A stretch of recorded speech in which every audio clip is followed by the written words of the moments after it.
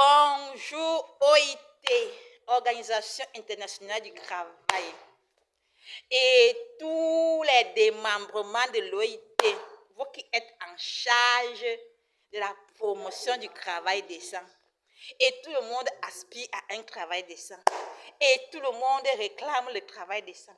Et tout le monde se plaint quand il est dominé, marginalisé par son patron, par son entreprise mal payée. Et tout le monde dit aussi parfois merci, j'ai un bon boulot, Dieu m'a béni avec un bon boulot. Chacun son boulot. J'ai mon boulot.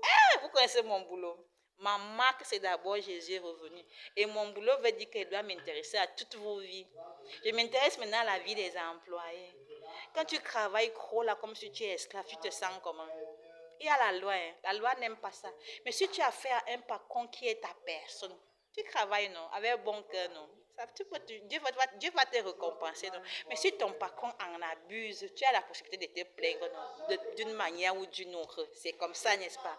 Et maintenant, qu'est-ce que je voulais aussi vous dire? Je voulais aussi vous dire que le travail décent que vous voyez là, c'est aussi mieux parfois de créer sa propre entreprise. Mais il faut d'abord identifier si on est capable, n'est-ce pas, de tenir, parce que l'entrepreneur est plus robuste que l'employé. Créer son entreprise et la dynamiser, la faire fonctionner pendant des années, comme moi j'ai eu à faire avec mon entreprise Sans Frontières, l'association Sans Frontières, ce n'est pas facile.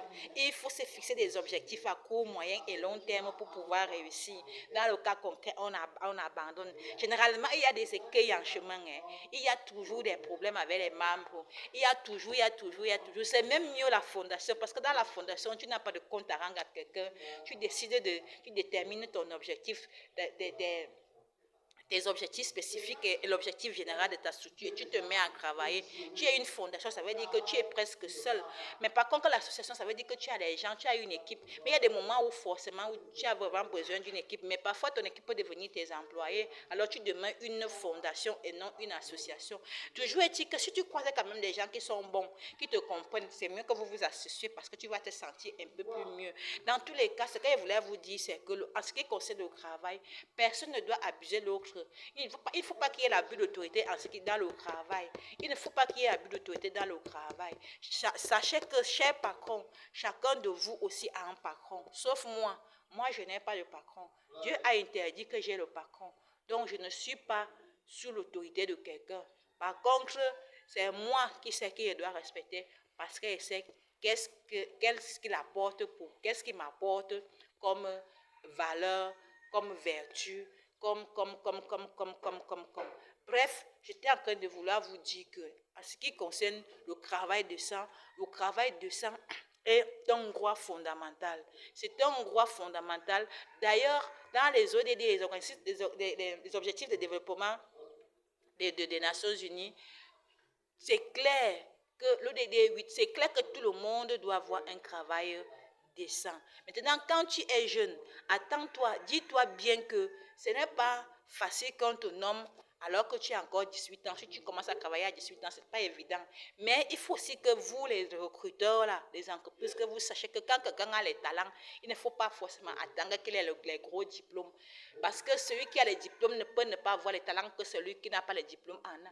Donc, il faut savoir conjuguer avec les deux. Donc, pour vous dire quoi, vous ne pouvez pas faire que quelqu'un est talentueux et vous lui soumettez à des procédures de ceci ou de cela. Valorisez la personne parce qu'on n'a pas les talents qu'il veut.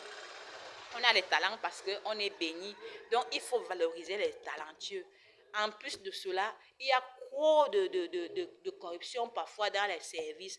La corruption, c'est le fait de faire des pratiques injustes sur les droits des gens.